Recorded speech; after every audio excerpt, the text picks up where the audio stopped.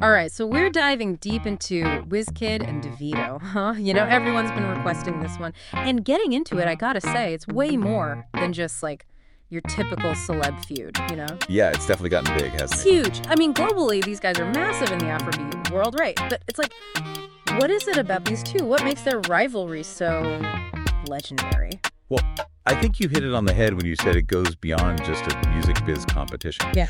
Both Wizkid, Davido, these are global powerhouses. We're talking selling out stadiums from like Lagos to London. Seriously, the reach is insane. We're talking about Grammy win for Wizkid. We're talking about Davido headlining the O2 Arena. These are like career milestones that most artists, they just dream about this stuff. Yeah, and you can't deny the talent, obviously. But then there's this whole other thing, right? Their fan bases.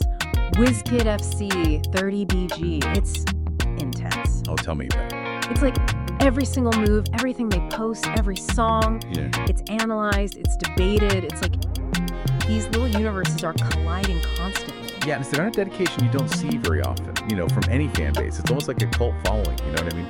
And I think that's a big reason why this whole thing, this rivalry, has just captivated fans for over a decade. It's one of the most, if not the most riveting rivalries in Nigerian music history, and I don't think that's an overstatement. So let's rewind, right? Because I think to really get into it, we have to go back to the beginning. Okay. 2010, 2011, Wizkid, he explodes onto the scene, holla at your boy, massive, massive hit. So it gets everyone going. Oh, absolutely. And then, boom, Davido drops back when Davido, back to back. I mean, talk about making an entrance. These are the breakout hits that really put them both on the map. Would you say that's accurate? 100%. And I think what's so interesting is that even back then, you saw these distinct lanes, right? Like Wizkid had that smoother, almost hypnotic sound. Right. Davido brought that like unapologetic energy, and you could already hear the seeds of what would become their signature sounds even back then. And that's what makes it fascinating, because for a while it seemed like healthy competition, like they're pushing each other creatively. Yeah. But around 2014, something shifts. There's this one tweet from Wizkid that still gets debated today. Proper shows, proper venues.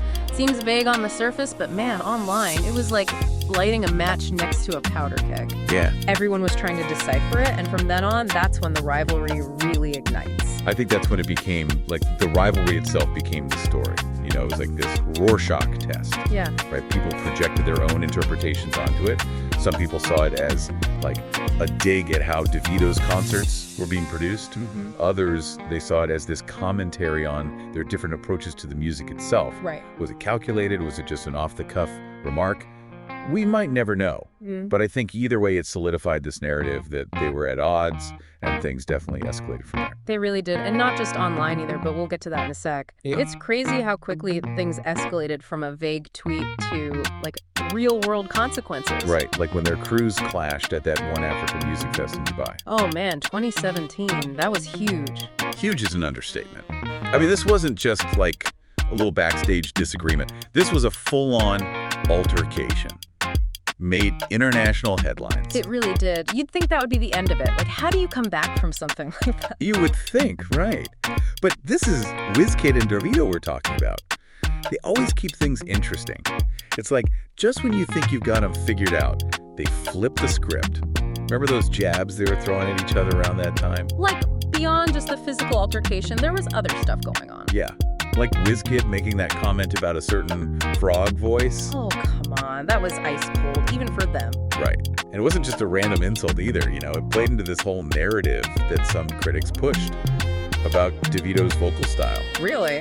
Like, what were they saying? Well, there was this idea floating around that, like, his success was more about the beats, the production, less about actual vocal talent. So for Wizkid to use that phrase, it was personal. Yeah, I can see how that would sting a little bit. And Davido didn't just sit there quietly either, did he? Not a chance. He came firing back, claiming that Pon Pon was the only sound that mattered. Basically implying Wizkid was getting repetitive. Okay, so they're throwing shade back and forth, shots fired on both sides, but musically they were still on different paths, weren't they? Totally. And honestly, those differences became a huge part of their rivalry, Davido, he's always been about that high-energy, dance floor-filling sound. Makes sense. Wizkid, he often leans into this more laid-back, almost introspective vibe. And those stylistic choices they became another battleground for the fans. You know, it wasn't just about who was better, it's about whose sound was superior.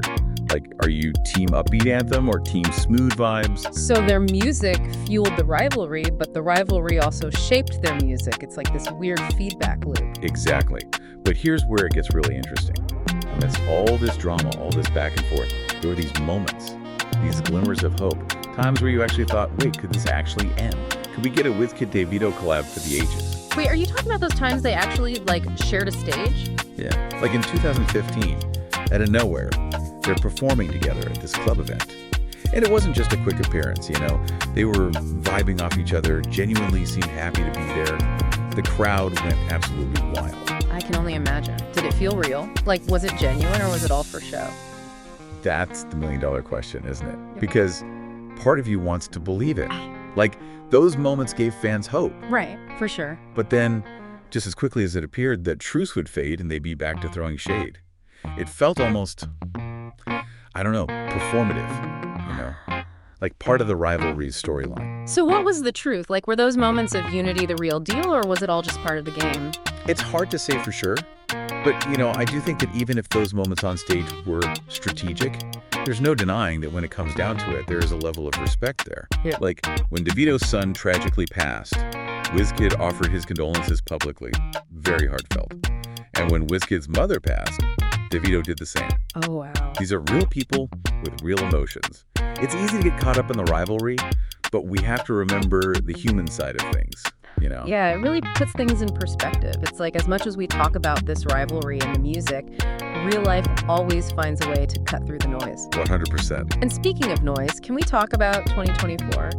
I mean, for a while there, it seemed like things had maybe calmed down, right? Like a little maturity was setting in, and then April hits, and social media just explodes again. What happened there? Right. It was like someone hit the reset button on the whole thing. Seriously, I felt like I was thrown back in time a few years.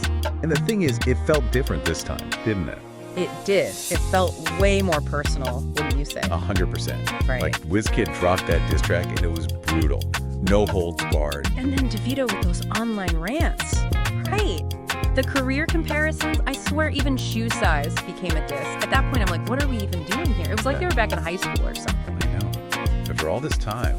I know. It was like, guys, you're global superstars. You've accomplished so much individually. We've both grown so much musically. Exactly. So it just felt, I don't know, regressive. Like, is this actually helping their careers at this point, or is it just adding fuel to the fire? Well, I think that's the million-dollar question, isn't it? Right. Because on one hand, you can't deny the publicity. Oh, for sure. Every time they clash, it's international news, it's trending, everyone's talking about it. So, in a way, it keeps them relevant. It's true, that old saying, there's no such thing as bad publicity. Right. And look, I'm not saying it's a conscious strategy or anything, but I do think this rivalry, in a weird way, it pushes them both to constantly be better. Oh, totally. Competition brings out the best in people, or so they say. And you see that in the music. Look at how far they've come since those early hits, you know? Yeah. They're experimenting, they're collaborating with huge international artists, they're breaking streaming records left and right. That's what's so frustrating, I think. They're both right here killing it individually. Exactly. But I think that's the double-edged sword of this whole thing, right? Really. It pushes them creatively, but it also sometimes overshadows what they're achieving on their own. It becomes less about celebrating their individual successes and more about fanning the flames of this rivalry. And then there's the impact it has on the fans themselves, you know? That's what I keep coming back to. Like, rivalries are interesting. They're part of music history. We've seen it time and time again. But when does it stop being entertaining and start being, I don't know, detrimental? Yeah. Because the reality is, this isn't just a game, right? These are their lives and it's their careers. And when fans take it too far with online hate, with the cyberbullying, It gets dark really quickly. it does. And suddenly it's not about the music anymore. And I think that toxicity, it overshadows the bigger picture here. I mean, love them or hate them, No. Wizkid and Davido, they've both played a huge role in putting Afrobeats on the map globally. They're both incredible artists in their own right. But imagine if they could harness that competitive energy Oh, stop, don't you? and channel it into something bigger than both of them. Okay, but can you imagine, though, a real Wizkid and Davido collaboration? Right. Not just a feature, but a full project. Yeah. a joint album, a world tour even. That is the dream. It would send shockwaves through the music industry. We're talking about a cultural moment, not just like a big album release. It would be legendary. And who knows, maybe it'll happen one day, right? Maybe one day we'll see these two titans of Afro beats put aside their differences and create something truly special together. We can only hope, right? We can dream. But whether they join forces or continue on their separate paths, one thing's for sure. Wizkid and Davido are forces to be reckoned with. And their impact on the music world, it's undeniable. That's it for our deep dive into this epic rivalry. What do you think will happen next? Let us know.